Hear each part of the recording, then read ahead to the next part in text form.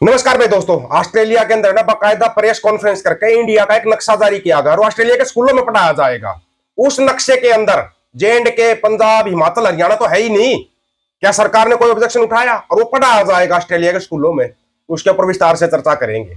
विस्तार से चर्चा, नंबर एक बात। नंबर दो बात है, अमेरिका के अंदर जो अमेरिका है, अमेरिका के अंदर जो ये आरएसएस का मोहन भागवत है, आरएसएस के ऊपर 3.25 करोड़ की रिश्वत देने का आरोप लगा है। 3.25 करोड़। वो पैसा कहां से आया? वैसे तो 100 करोड़ के वो बना लेते हैं, अपने ऑफिस वगैरह बना लेते हैं 100 करोड़ के। उससे भी बड़े कमाल की बात बताएं, आरएसएस एक रजिस्टर्ड संगठन नहीं है इंडिया के अंदर, लेकिन अमेरिका के अंदर रजिस्टर्ड संगठन है ये। इंडिया में रजिस्टर्ड क्यों नहीं है पता किसी को?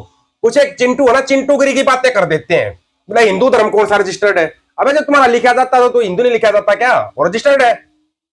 अगर आरएसएस रजिस्टर्ड करवाते हैं अपने उसको, संगठन को, तो इनको टैक्स देना पड़ेगा, पैसे का हिसाब देना पड़ेगा। ये पैसा इतना कहां से आ रहा है? 100 करोड़ के ऑफिस बना लिए, ये कहां से आ रहा है? दूसरी बात, अपने यहां पर जो रिश्वत दी जाती है, जो दलाली दी जाती है ना, उसको अमेरिका में पता क्या बोला जाता है? लॉबिंग बोला जाता है। अमेरिका में रहने वाले अच्छे तरीके से बता दें, उसको लॉबिंग बोला जाता है। कि बड़े बड़े जो होते हैं ना, जैसे अभी वो मेयर बना था, क्या बना था, उनसे संपर्क करवाने के लिए वो लॉबिंग करवाते हैं। या वो दलाली नहीं बोला जाता इसको, लेकिन उस लॉबिंग का ना हिसाब किताब देना पड़ता है। अब उन लोगों ने निकाल दिया भाई 3.25 करोड़ का हिसाब किताब दो। 3.25 करोड़ किस लिए दी? इन लोगों ने अमेरिका में अपना प्रचार प्रसार करने के लिए 3.25 करोड़ रुपए दिए। और न्यूज निकल के ये आई है कि आरएसएस अब विदेशों में सेटल होना चाहती है तो पहले से भी। लेकिन अमेरिका जैसे जो देश है ना, वहां पर सेटल होना इतना आसान नहीं है मेरे भाई। वहां पर तो ना एक एक चीज को खोद के निकाल देते हैं। हाँ भाई, इस चीज का हिसाब देना, ये तूने 3 करोड़ रुपए, 1 करोड़ रुपए या 10 लाख रुपए तूने कहां लगाए, कहां से लेके आया इस पैसे को? वो एक एक पैसे का हिसाब ले लेते हैं। एक एक पैसे का हिसाब कहां से दोगे? अगर रजिस्टर्ड नहीं है तो वैसे भगाएंगे वो। यहां तो कोई नहीं बोलता क्योंकि इन्हीं का राज चल रहा है। दूसरी सबसे बड़ी बात, आरएसएस को पालने पोषने वाला कौन था? कांग्रेस। कांग्रेस ने कभी ऑब्जेक्शन क्यों नहीं उठाया भाई? अभी वो प्रियांक खड़के है, वो खड़के का लड़का है जो ऑब्जेक्शन उठाता है कि आरएसएस रजिस्टर्ड संगठन नहीं है, इसको कैसे मान्यता मिली हुई है। अरे 2014 से पहले तो लगभग लगभग कांग्रेस का ही राज रहा था ना देश में। कांग्रेस ने तब ऑब्जेक्शन क्यों नहीं उठाया? यहां पर सवाल यह भी बनता है, कांग्रेस ने ऑब्जेक्शन क्यों नहीं उठाया? तब कहा था भाई प्रियंका खड़के, तुम्हारे पिताजी तो थे कांग्रेस में, उनको उठाना चाहिए था। उन्होंने ऑब्जेक्शन क्यों नहीं उठाया? मतलब बड़े कमाल की बात है, बीजेपी रहे या कांग्रेस रहे, आरएसएस को तो रहना ही रहना है। लेकिन अब की बार गलत हत्थे चढ़ गए, अमेरिका के हत्थे चढ़ गए। अमेरिका के हत्थे चढ़ गए, अडानी मारा था उन्होंने, देख है। अमेरिका के हत्थे चढ़ गए मोहन भागवत साहब। जवाब तैयार रखना, वो है ना बाल की खाल निकाल देते हैं। इसलिए क्या कि अमेरिका की तरफ दौरा नहीं किया जा रहा, ये रीजन है क्या? बोलोगे ऑस्ट्रेलिया के लिए? ऑस्ट्रेलिया वाले कैसा ऐसा नक्शा पारित कर रहे हैं जिसके अंदर इतना कुछ गायब है। एक और खबर आई आपकी ईरान से, ईरान वाली सुनो। ईरान ने 22 नवंबर 2025 से 22 नवंबर 2025 से भारतीयों के लिए वीजा फ्री यात्रा समाप्त कर दी है।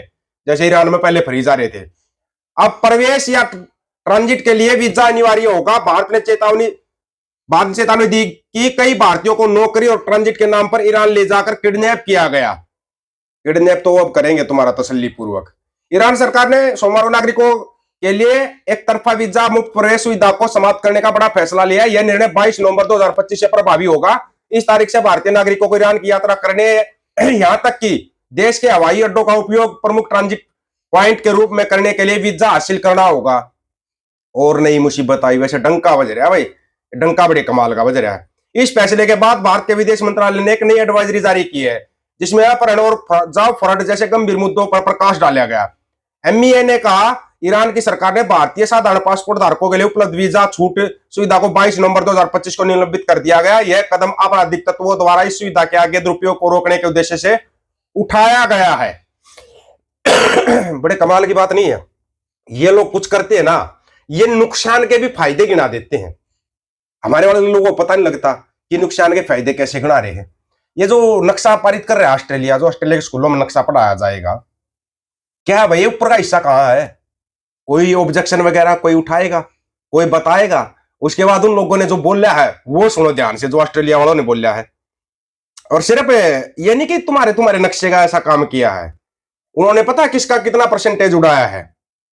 खुद ऑस्ट्रेलिया वाले 65%, भारत का 4%, इंग्लैंड का 2.7%, चीन का 2.6%, न्यूजीलैंड का 1.5%।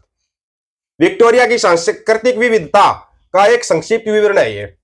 लेकिन सबसे बड़ी बात यह कि स्कूलों के अंदर जो ये नक्शा मैप पढ़ाया जाएगा, ऊपर वाला हिस्सा नहीं है, इसका क्या असर निकलता है, क्या दिखाई देता आप लोगों को? इसका थोड़ा आराम से बताना, चिंटूगिरी करना मत, ये गोबर खाने वाले चिंटू जैसा काम मत करना, क्योंकि आप लोगों से उम्मीद है आप लोग बड़ी शांतिपूर्वक जवाब देंगे और उसी जवाब का हम इंतजार करते हैं।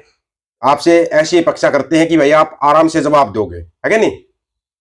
नहीं तो चिंटूगिरी करने वालों को तो है ना हम और भी ज्यादा भड़क दे सकते हैं। तुम चिंटूगिरी कर जाओगे, हमारे को पता था करते हो तुम चिंटूगिरी, तो चिंटूगिरी वालों के लिए तो ना अपने पास जवाब आगे से आगे तैयार रहता है, अगर ना पता हो तो ऐसा जवाब तैयार रहता है।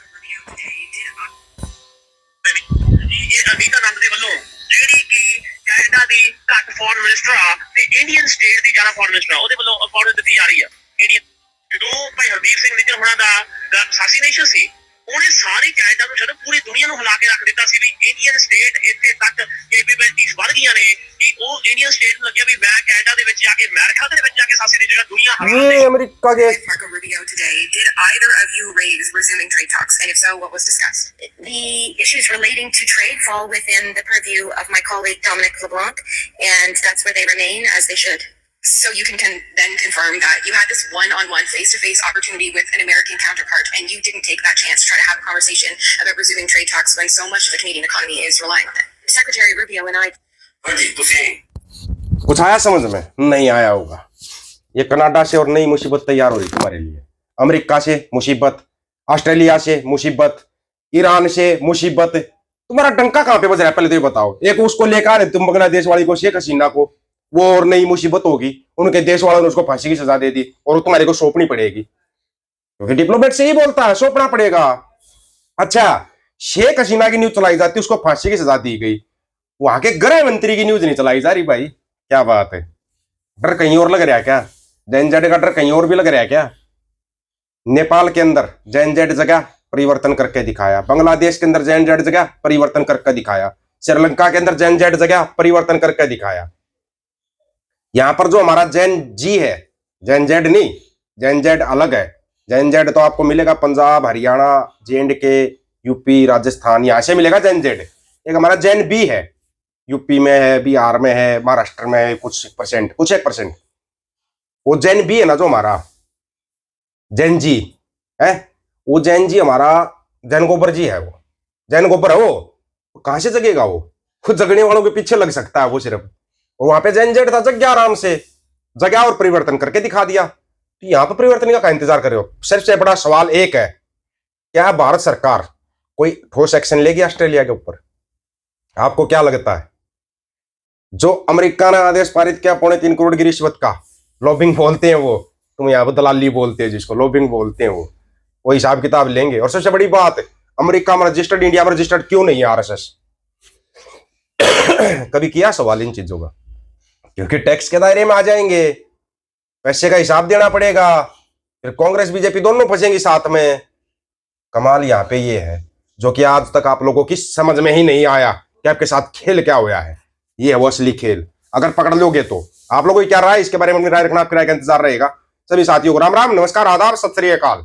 वीडियो को ज्यादा से ज्यादा शेयर, चैनल को सब्सक्राइब, बेल आइकन को जरूर दबाना दोस्तों। ऑफिशियल दीपक फौजी यूट्यूब चैनल, बात अकबर सच की करेंगे, हक सच की बात हम करेंगे। वीडियो को शेयर करने की जिम्मेदारी आप लोगों की है। गज के आखो, वाहिगुरु जी का खालसा, वाहिगुरु जी की फतेह।